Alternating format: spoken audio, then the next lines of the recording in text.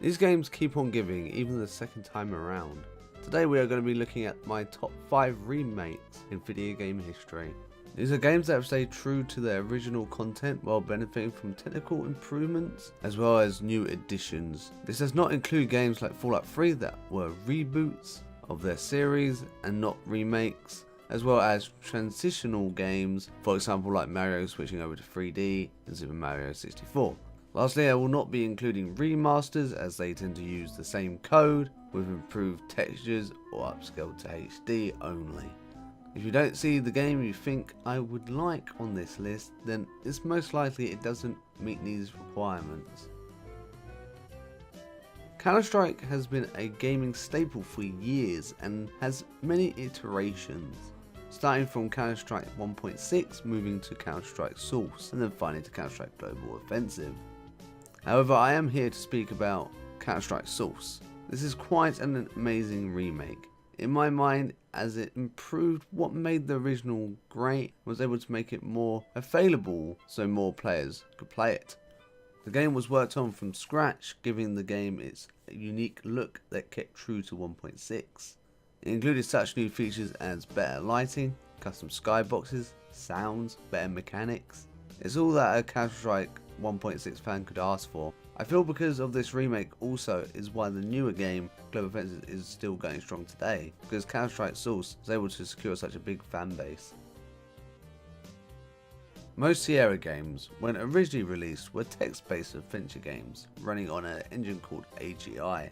In these games, the player would have to type out commands to control the game character. Games like Leisure Suit Larry and King's Quest are some examples of this. However, with the progress of time, Sierra sought to come up with a better engine to run their games in. After a while, they came up with an engine called SCI.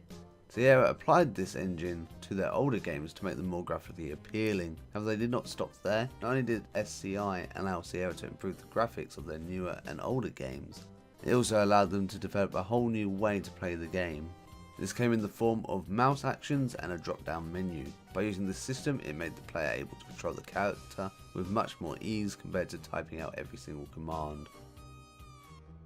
Teenagers rejoiced everywhere as the stylish and sexy adventurer Lara Croft returned to where it all began for a remake called Anniversary. Tomb Raider Anniversary is a direct remake of the 1996 classic that was an important centerpiece in the development of 3D adventure games. The new version spanned a multitude of platforms and added better graphics and gameplay enhancements unique to each console. The new game also included the ability to have Lara pole swing, which for all intents and purposes was inserted for better gameplay. With all the gameplay improvements we received, any fan would call this one of the best Tomb Raider games in this series.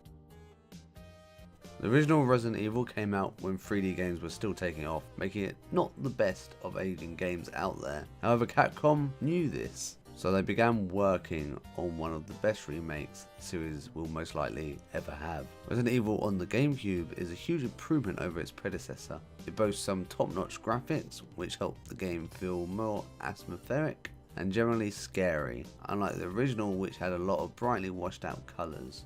Not only this though, but the whole soundtrack has been remade to also help immerse the player in the world. Simple additions in the sound effects also help this, of course, for example thunder. The remake was not just a beauty and sound upgrade, however, as the remake also added a lot of new enemies, areas, puzzles and more. It simply is a great remake. If you've been over on my stream recently, you might have noticed I've been playing this game, and man is it a huge improvement over its original. Origins adds plenty of features to both Final Fantasy 1 and 2. I have only played Final Fantasy 1 on the remake, however, I hear both games have similar upgrades. For example, improved soundtrack, better graphics, new items, better AI, and new difficulty settings.